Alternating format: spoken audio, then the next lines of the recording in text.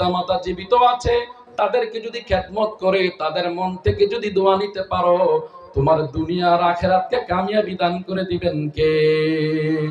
আর যদি পিতামাতার সাথে সদাচরণ আমরা না করতে পারি, তাদের কাছ থেকে যদি দোয়া না নিতে পারি, কে হাফেজ আর কে মাওলানা, কে সাধারণ মানুষ, এটা কোনো দেখার বিষয় না।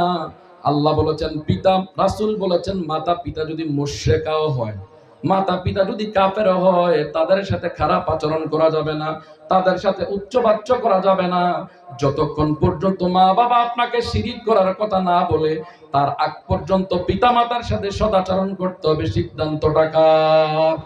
আর জোরে বলেন কার? রাসূল বলেছেন, আল জান্নাতু তাহতা আকদামিল উম্মাহাত, মা এবং বাবার পায়ের নিচে হচ্ছে শয়তানের বেহেশত, মায়ের পদতলে হচ্ছে সন্তানের বেহেশত। এখন আপনি কেমন করে আপনার সেই বেহেশতটাকে ঘর থেকে বের করে দেন? আপনি আপনার মা বাবারে ঘর থেকে বের করে দেন, বউয়ের কথা শুনে বলেন, আমারই তো হয় না, মা বাবারে কিভাবে খাওয়াবো? আপনার মা হচ্ছে আপনার জান্নাত আর জাহান্নাম। জান্নাতের মধ্যে দুইটা দরজা আছে, একটা দরজার নাম হচ্ছে আবুন, আর একটা দরজার নাম হচ্ছে উম্মুন। যারা পিতা মাতার খেদমত করবে, জান্নাতে তারা ওই দুইটা দরজা দিয়ে ঢুকবে। এখন আমি প্রশ্ন করতে চাই, মা বাবার মনে কষ্ট দিয়া, মা বাবারে ঘর থেকে বের করে দিয়া, আপনি যদি প্রত্যেক বছর হজ আর উমরা করেন, হাজরে আসাদ চুমাইতে চুমাইতে যদি ঠোঁট আর কপালকে কালো করে ফেলে দেন, কিন্তু মা বাবা যদি আপনার অসন্তুষ্টি থাকে, আপনি কি জান্নাতে যেতে পারবেন নাকি?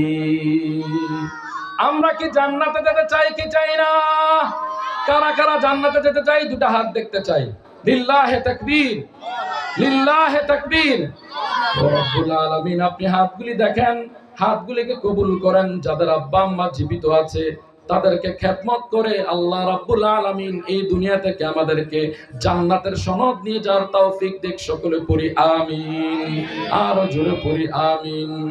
ওগো মা তুমি এই ধরনের শ্রেষ্ঠ নেয়ামত, তোমারই পদতলে রয়েছে জান্নাত। ওগো মা তুমি এই ধরনের শ্রেষ্ঠ নেয়ামত, তোমারই পদতলে রয়েছে জান্নাত। এই পৃথিবী থাকতো গো ফুল পাখিহীন,